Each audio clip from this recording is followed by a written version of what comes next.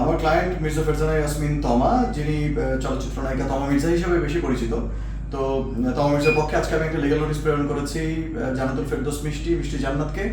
আপনারা জানেন মিষ্টি জান্নাত উনিও একজন চলচ্চিত্র অভিনয় শিল্পী এবং পাশাপাশি উনি একজন মেডিকেল প্রফেশনাল।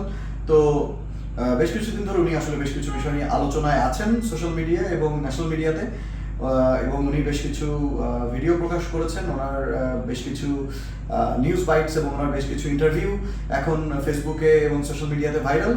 তো এইসব ভিডিওর ভিতরে উনি তমা মির্জাকে নিয়ে আসলে বেশ কিছু কুরুচিকর এবং মানহানিকর বক্তব্য প্রদান করেছেন উনি, যে কারণে এখন তমা Mirza she is a very active artist.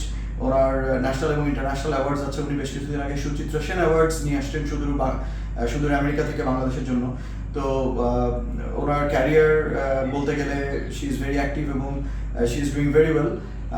বেশ কিছু বছর ধরে ওনার অনেকগুলি সুপারহিট মুভিজ আমরা দেখেছি, ওনার ওটিটি প্ল্যাটফর্মে অনেকগুলো কাজ আমরা দেখেছি। তো আমরা সেখানে এস্টিমেট করলাম যে ওনার অ্যারাউন্ড 10 crore টাকা মতো মানহানি হয়েছে, এবং ওনার এই মানহানি করার কারণে, এবং আসলে টাকা পয়সাটা মুখ্য বিষয় না, এই যে ওনার মানহানি হলো, ইন্ডাস্ট্রির আরেকজন আর্টিস্ট তমা মির্জাকে নিয়ে যে কটূক্তিগুলো কিংবা যে বাজে মন্তব্যগুলো করলেন ওনার ক্যারিয়ার এবং ওনার ব্যক্তিগত বিষয় নিয়ে, এটা আসলে পেশাদারিত্বের জায়গা থেকে কখনোই কাম্য না।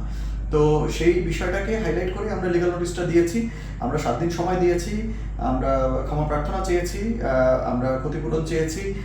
7 দিনের ভিতরে যদি ইনফ্যাক্ট আমরা কোনো সদুত্তর না পাই, তাহলে আমরা পরবর্তী পদক্ষেপে যাব। বাংলাদেশের আইনে যে ধরনের মানহানি এবং এই ধরনের আপনার ডিজিটাল মাধ্যমে মানহানিকর বক্তব্য ছড়ানোর যে ধরনের অপরাধ আছে, এইসব বিষয় নিয়ে আমরা আদালতে দ্বারস্থ হব।